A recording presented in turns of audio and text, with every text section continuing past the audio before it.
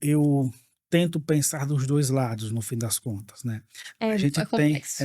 a gente tem hoje te tem uma discussão, né? Que foi até a frase que eu anotei do filme do Coringa, né? Que é queiram que a gente viva como se não tivesse transtorno nenhum, né?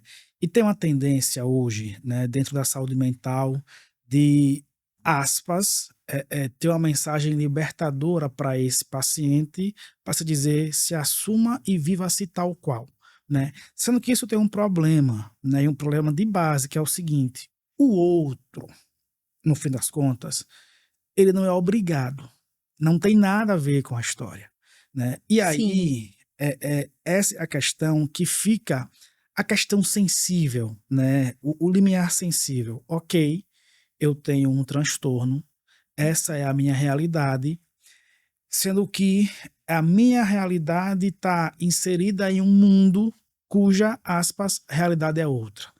E aí, quem cede a realidade de quem? Eu cedo desse mundo ou esse mundo cede a minha? Porque qual é a grande questão, né? Imagina que, claro, a gente pensa a família que abandona esse sujeito.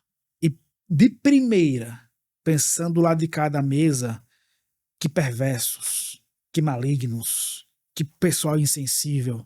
No dia a dia, quem está lá dentro é quem de repente sofre, né? E sofre sofrendo, né? Com esse tipo de realidade, de às vezes ter carteira roubada, de às vezes ter o sujeito, né, trazendo para dentro de casa, né, drogas, se embriagando, não querendo fazer nada, consumindo muito e não tendo nenhuma preocupação em retribuir, né, de pelo menos ajudar com o limpar de casa. Então, de fato, vira um peso para as famílias, né? Você vai à rua, por exemplo, e uma mãe está lá com a criança, vê alguém olhando para aquela criança assim, ficcionado nela, dá um medo na mãe, né? Então, é essa relação que ela acaba sendo sensível. Eu fico com uma questão de ter um olhar crítico, né, para a classe da saúde mental, que tenta colocar isso de uma forma preto no branco, né, de uhum. resolver isso com uma questão simples, porque, ok,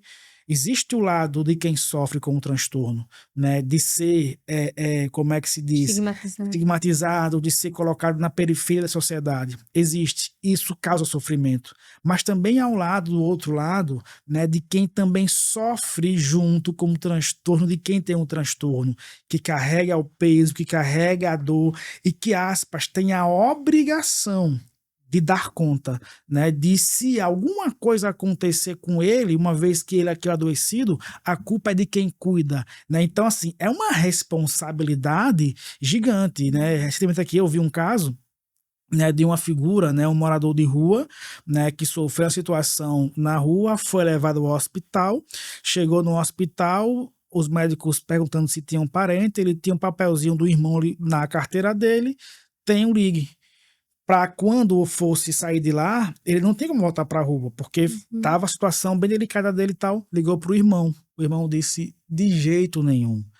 Esteve comigo durante um tempo, mas tentou abusar da minha filha, né? Tentou dar em cima da minha mulher, aliás, deu em cima da minha mulher, e quando eu confrontei, tentou me matar com faca. Então, assim, receber na casa é difícil. Aí para onde vai, sabe? Então, e aí, para onde vai, não tendo para onde ir, o Estado não tem uma estrutura que receba. Então, é de fato um cenário entristecedor, caótico. E a pergunta é: o que é que se faz?